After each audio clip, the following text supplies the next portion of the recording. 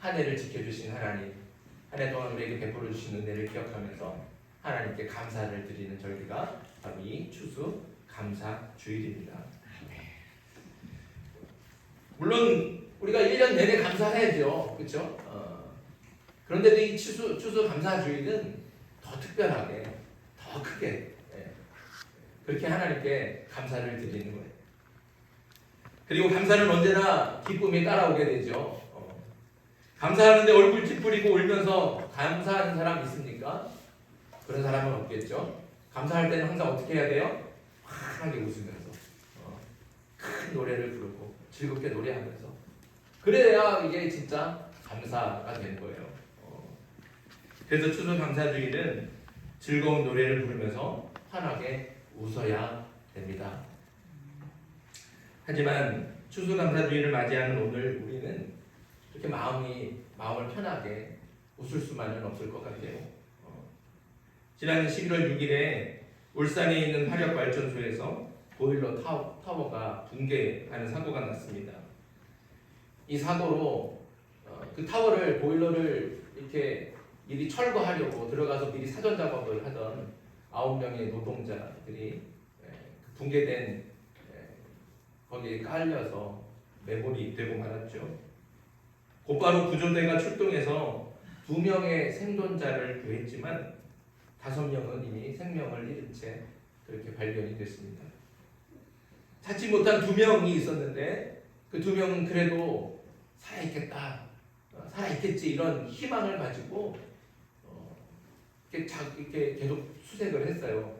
물론 중간에 옆에 있는 2개의 그 보일러가 이게 또 무너질 수 있다, 위험하다, 그 때문에 이제 수색 작업이 중간에 중단되고 그 2개를 먼저 홈으로 들인 다음에 다시 수색 작업을 하기는 했죠. 그래도 분명히 살아있을 것이다. 가족들은 그런 희망을 가지고 기다렸습니다. 하지만 결국 어저께 마지막 1명까지 정말 차가운 죽음으로 우리에게 돌아오고 말았습니다. 또 지난 13일에는 경기도 부천에 있는 시장에서 트럭이 돌진하는 사고로 2명이 숨지고 18명이나 크게 다쳤습니다. 여러분들 방송을 통해서, 뉴스를 통해서 다 보셨죠? 트럭이 그냥 갑자기 앞으로 탁 나가면서 가판대를 다 무너뜨리고 거기 있던 사람들도 다 이렇게 치는 장면이 그냥 뉴스에 고스란히 나오는데, 그 영상을 보는데 너무 끔찍하고 너무 놀라고 막 가슴이 두근두근 되더라고요. 그 영상이 계속 머리에서 떠나질 않아요. 그리고 우리하고 가까운 이웃인 덕천교회 이의진 집사님이 배를 타고 조업을 나갔다가 실종이 되셨어요. 그런데 아직도 찾지 못하는 가운데 있습니다. 이런 안타까운 소식을 들었어요. 이렇게 안타깝고 슬픈 사고를 두고 어떻게 우리만 감사하고 기쁘게 즐겁게 노래할 수 있겠습니까? 간혹 어떤 분들은 그 사고 현장에 있을 뻔했는데 우연히 빠지게 돼서 살았다, 그 현장에 갔으면 나도 죽었을 텐데 다행히 가지 않아서 살았다, 하나님의 은혜다, 이렇게 기뻐하는 분들이 있죠. 감사하고 기뻐하는 분들이 있죠. 물론 그분에게 분명히 이게 은혜기도 하고 감사의 제목이기도 합니다. 하지만 그렇다고 해도 어디까지나 그런 감사들은 혼자서 속으로 해야 되는 거죠.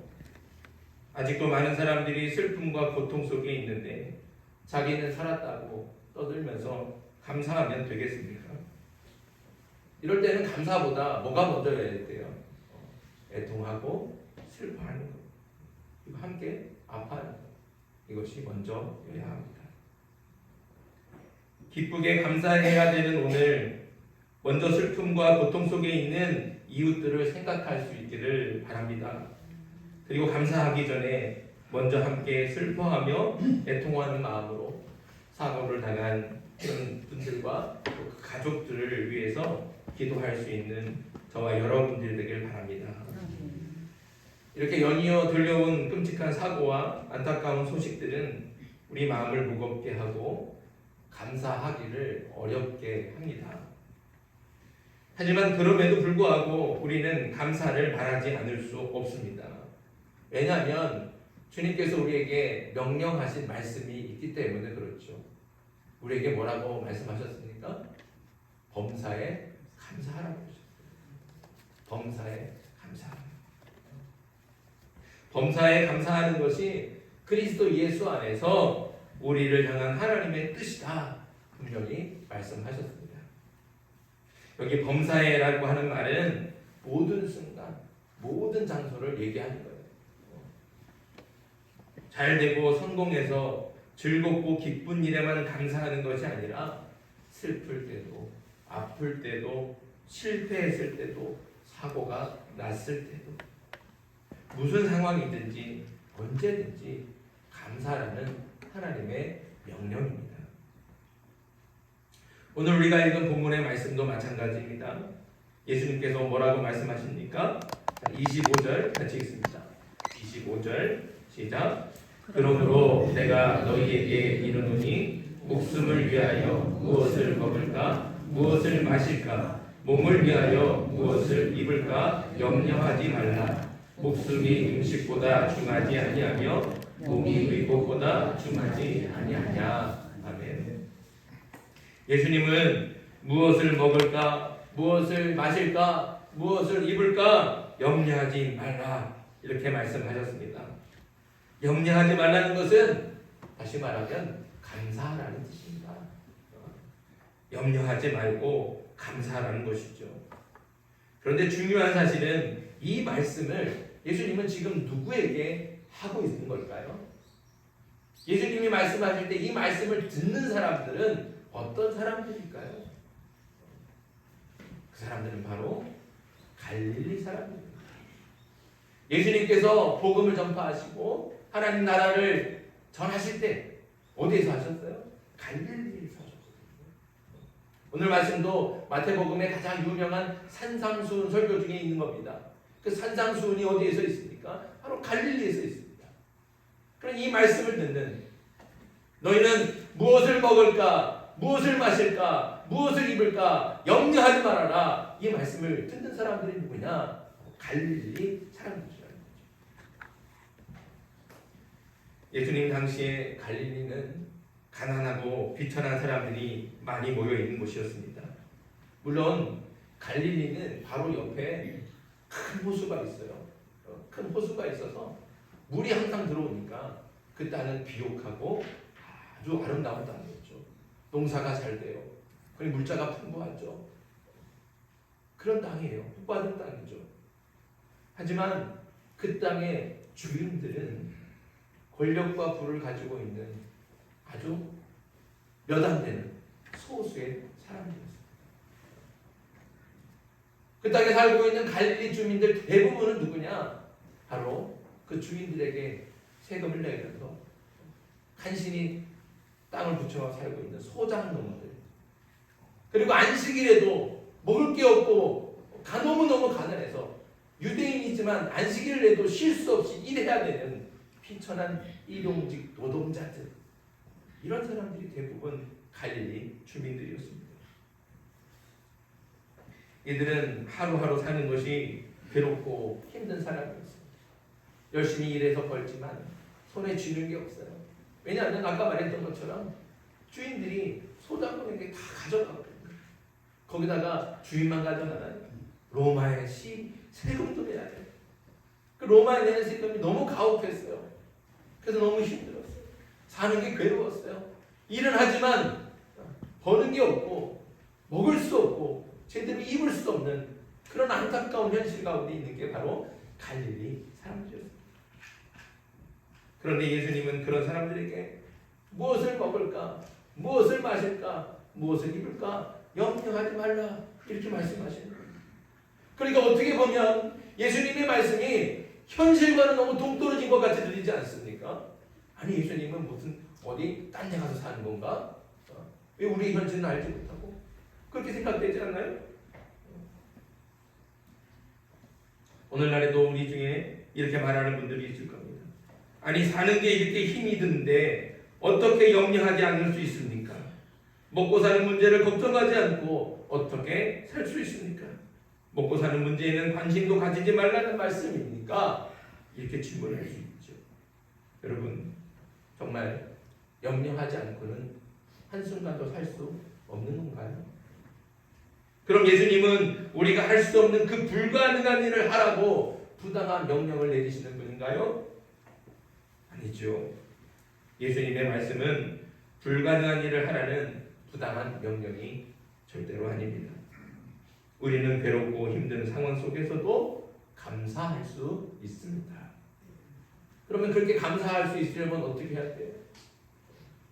중요한 사실은 우리가 감사해야 되는 대상이 누군가, 이걸 제대로 알아야 되는 겁니다. 그래야 범사에 어떤 상황에든지 감사할 수 있는 거죠. 우리는 감사하라고 하면 자꾸 어떤 일이나 상황을 감사하려고 합니다. 시험에 합격했다거나, 취직을 했다거나, 직장에서 승진을 했다거나, 결혼을 한다거나, 이렇게 좋은 일이 생기거나 좋은 상황이 됐을 때, 그럴 때 감사하죠. 하지만 우리가 감사해야 될 대상은 어떤 일이나 상황이 아니라 모든 일을 이루시고 완성하시는 하나님께 우리는 감사해야 될 줄 믿습니다. 우리가 감사해야 될 바로 하나님입니다. 옛날에 한 임금이 있었습니다. 어느 날 왕궁 요리사가 해준 호박죽을 먹고 너무 맛있어서 요리사에게 감사의 표시로 상을 주려고 했어요. 그래서 요리사를 불렀죠. 그러자 요리사는 자신의 실력보다는 음식 재료였던 이 호박이 너무 좋았거든요. 그래서 이렇게 맛있는 게 된 겁니다. 나는 아무것도 한 게 없습니다. 그러면서 호박을 팔았던 채소 장수에게 공을 돌렸습니다. 요리사의 말을 들은 임금은 곧바로 채소 장수를 불렀어요. 그 채소 장수에게 상을 주겠다고. 그런데 이 채소 장수 역시 자신은 한 일이 없다면서 호박을 키운 농부에게 또 공을 돌리는 거예요. 그래서 이번에는 임금이 농부를 불렀습니다. 그렇게 농부가 임금 앞에 섰을 때 농부가 이렇게 얘기를 했어요. 임금님, 제가 농사를 짓느라 수고한 것은 맞지만 하나님께서 때를 따라 햇볕과 비를 내려주셨기 때문에 그래서 이렇게 좋은 호박을 거둘 수 있었습니다. 호박을 키우신 분은 제가 아니라 하나님이십니다. 그러니 하나님께 감사를 드리는 것이 마땅합니다. 우리가 감사해야 될 분은 오직 하나님이십니다. 아멘. 그리고 하나님께 감사할 수 있으려면 반드시 믿음이 있어야 된다는 것이죠. 어떤 믿음입니까? 하나님께서 만물을 창조하시고 다스리시며 주관하신다는 믿음입니다. 믿음이 없이는 감사를 할 수가 없어요. 믿음이 없기 때문에 항상 입에서 나오는 건 뭐가 나와요? 불평과 원망과 비판이 쏟아집니다. 그러나 믿음이 있는 사람은 어떠한 상황 속에서도 감사하게 되는 줄 믿습니다. 우리는 그런 믿음이 있지 않습니까? 우리는 하나님을 믿습니다. 그 하나님은 어떤 하나님이십니까? 온 세상을 만드신 창조주신 모든 만물의 주인이세요. 그리고 이 세상을 다스리시는 만왕의 왕이십니다. 우리는 그 하나님을 믿지 않습니까? 그 하나님을 믿으면 그 믿음이 우리 입술을 열어 하나님께 감사를 드리는 겁니다. 예수님도 같은 말씀을 하시죠. 26절을 읽습니다. 26절 시작. 공중에 새를 보라. 심지도 않고 거두지도 않고 창고에 모아 들이지도 아니하되 너희 하늘 아버지께서 기르시나니 너희는 이것들보다 귀하지 아니하냐. 네. 여러분, 하늘을 나는 새가 오늘은 뭘 먹어야지, 왜 이렇게 먹을 게 안 보이나 걱정하는 거 봤어요? 괜찮죠? 새가 내일 먹을 것이 걱정이 돼서 오늘 열심히 먹이를 모아갖고 창고에다가 다 쟁여두는 거, 그런 새 보셨어요? 새는 그러지 않습니다.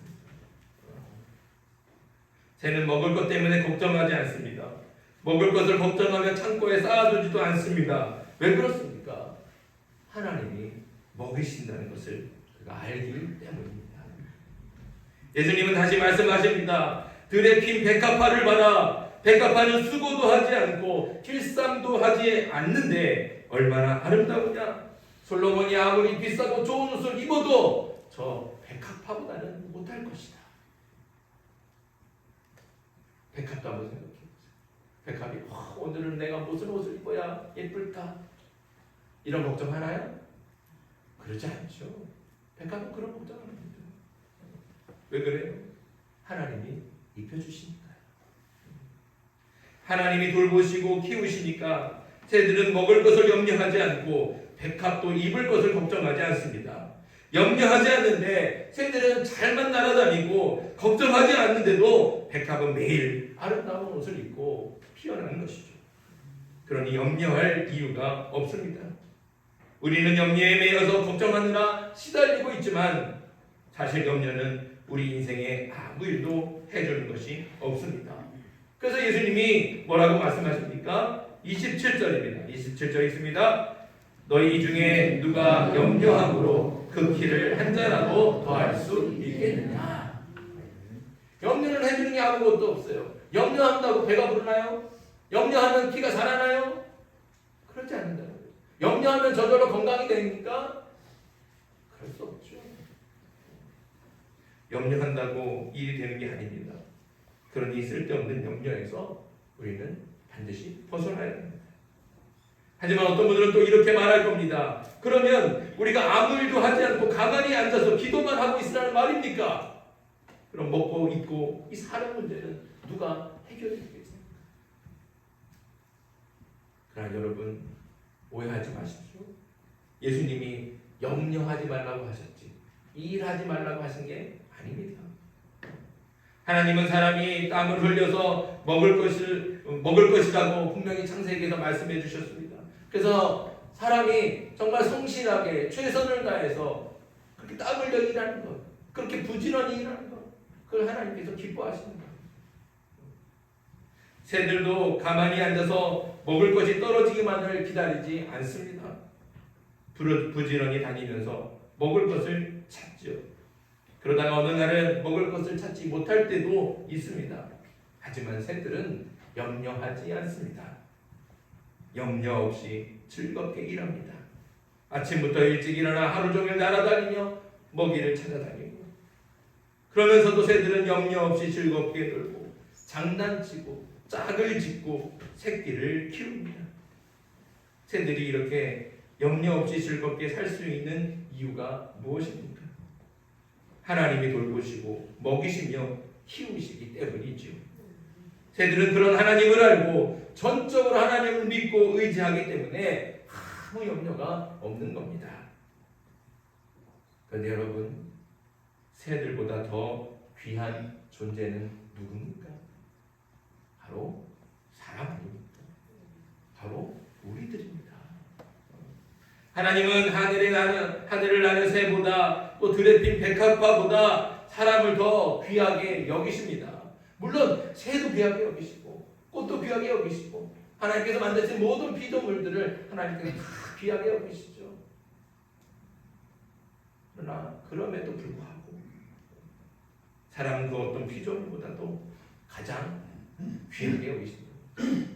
왜 그럴까요? 왜 그래요? 하나님께서 사람을 만드시고 하나님의 형상대로 만드셨어요. 그렇게 하나님의 형상대로 만드신 후에 하나님의 생기를 그 코에 하고 불어넣어 주셨어요. 그러니 우리 안에는 이미 하나님이 계시지 않습니까? 그러니 하나님이 어떻게 하나님의 형상대로 만든 사람들을 귀하게 여기지 않을 수 있겠습니까? 아무리 새가 귀하고 아무리 들의 꽃이 아름다워도 사람만큼 귀하게 여기지는 않습니다. 하나님이 새보다 꽃보다도 저 산보다도 가장 귀하게 여기시는 것이 바로 우리들인 줄 믿습니다. 그런데 새도 하나님이 지키시고 돌보시며 먹이시고 입히시는데 하물며 새보다 더 귀하게 여기시는 우리들을, 사람들을 하나님이 어떻게 돌보지 않고 먹이지 않겠습니까? 사람이 아무리 열심히 일을 해도 모든 일을 완성하시고 이루시고 성취하시는 분은 오직 하나님이십니다. 우리는 늘 이것을 신앙으로 고백하지 않습니다. 사람이 잘 계획할지라도 그 길을 인도하시는 분은 하나님이십니다. 우리는 이것을 입으로 알고 머리로 생각합니다. 그런데 과연 그런 진짜 믿음을 가지고 살아가고 있습니까? 우리가 먹을 것을 위해 열심히 일하지만 결국 먹을 것을 주시는 분은 하나님이시는 거죠. 우리는 이 진리를 확실히 믿어야 됩니다. 모든 만물을 다스리시고 주관하시는 하나님을 믿고 의지할 때 모든 걱정이 사라지고 염려에서 벗어날 수 있습니다. 온 세상을 다스리시고 주관하시며 모든 피조물을 돌보시고 먹이시며 입히시는 분은 하나님이십니다. 그런 하나님을 믿는 저와 여러분들 되길 간절히 바랍니다. 하나님을 믿으십시오. 하나님이 나를 먹이신다. 하나님이 나를 입히신다. 하나님께서 나를 지켜주신다. 하나님께서 나를 돌보신다. 이런 믿음을 가질 때, 그 믿음이 강할 때 우린 염려에서 벗어나 자유로워지고 참된 감사와 기쁨을 누리게 될 줄 믿습니다. 아멘. 하나님을 믿고 의지하며 예수님을 따라 사는 저와 여러분들, 주님께서 말씀하시지 않습니까? 아무것도 염려하지 말아요.